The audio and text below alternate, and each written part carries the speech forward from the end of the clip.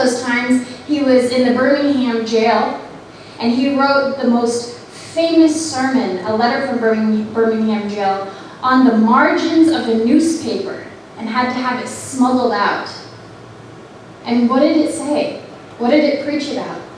Peaceful, non-violent protesting of racism and segregation. He made up his own rules. He decided the rules needed to be changed, the game needed to be changed, and he stepped up and did it. And so, what's the difference between these people and you and I? Nothing. Not a darn thing. One thing that they did know is where their source came from.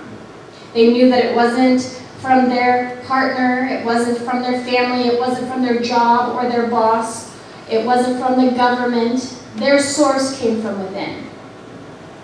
They knew that there was a power and a presence within them, and they believed it.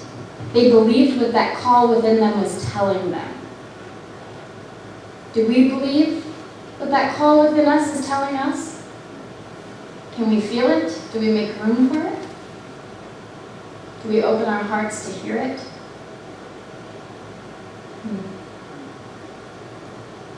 These people changed the world because they believed in their intuition.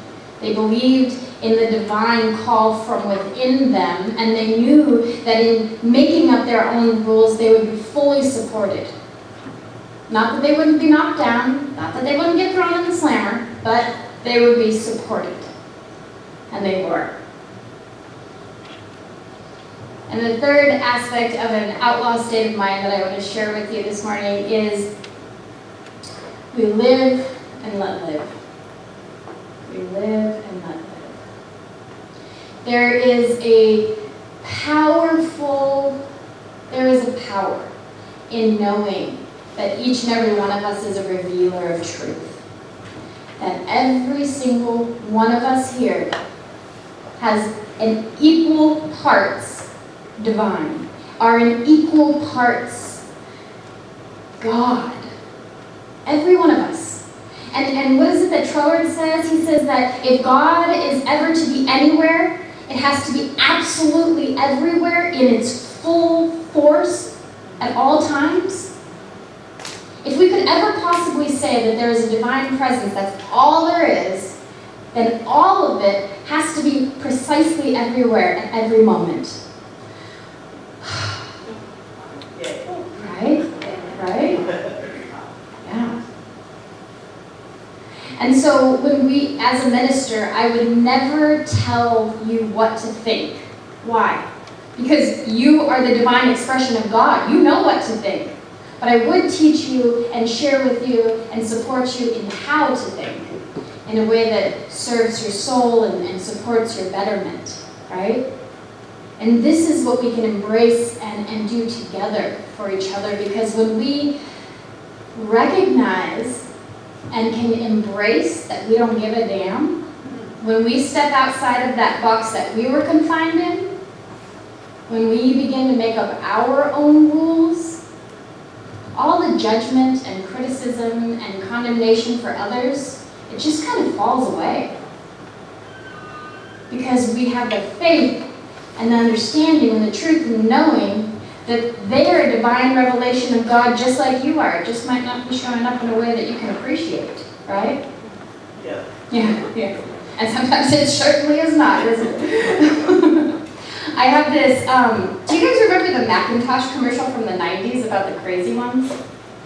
I wanted to share it with you all because it reminds me of while Saul in this Science of Mind philosophy, and it kind of reminds me of this outlaw state of mind.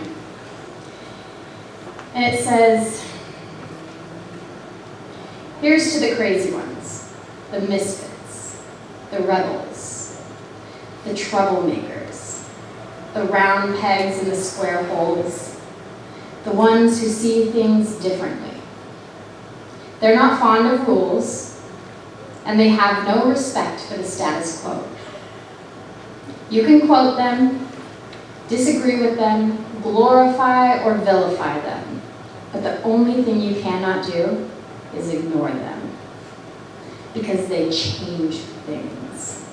They push the human race forward. And while some may see them as the crazy ones, we see genius.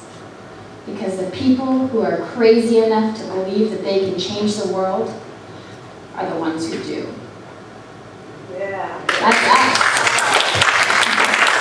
That's us. And it begins with what we do here. It begins by being inspired. It begins by studying. It begins by letting go of all the crap that the world tries to get us to buy into, and we say, no, I am worthy. I am worthy. I am forgiven as soon as I realize that I need to be. And so my father figure, Steve, he was a very humble, very quiet man. He pulled transmissions for a living. His days may have been more struggle than they were good. But he has changed the world because he has left his love and his fingerprints on my soul. And because of that, I will be lifted and able to love and support so many because of what he's given me. And so I think that every single one of us here is crazy enough, is unique enough, is original enough to transform our own lives, to shatter our bondage and rise up, to transform our own lives and touch the world in a new way. What do you think? Yes. Yeah? Yes. You feel it? Yeah. Yes. And so I love this quote by Ernest Holmes because it always centers me back in truth. And it says, there is a power and a presence greater than I am that loves me and nurtures me and supports me in ways I could not even imagine. You want to say that with me? Yes. There is a presence and a power for good that loves me and nurtures me and cares for me in ways I could not even imagine. When we believe this, when we settle into this, we are living that outlaw state of mind. And so I want to just invite us to go within for a moment and pray.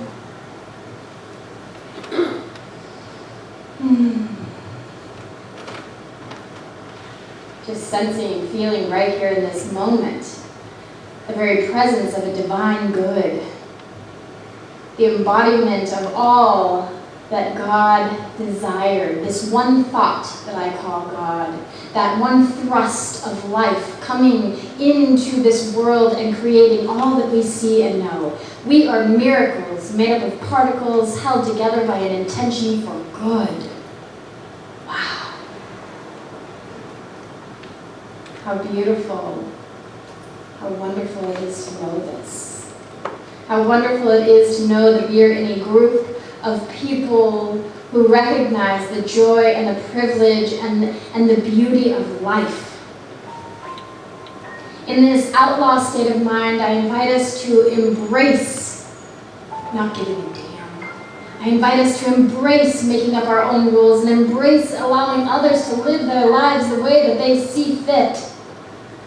And I speak my word with spiritual authority, knowing that every single life here is lifted.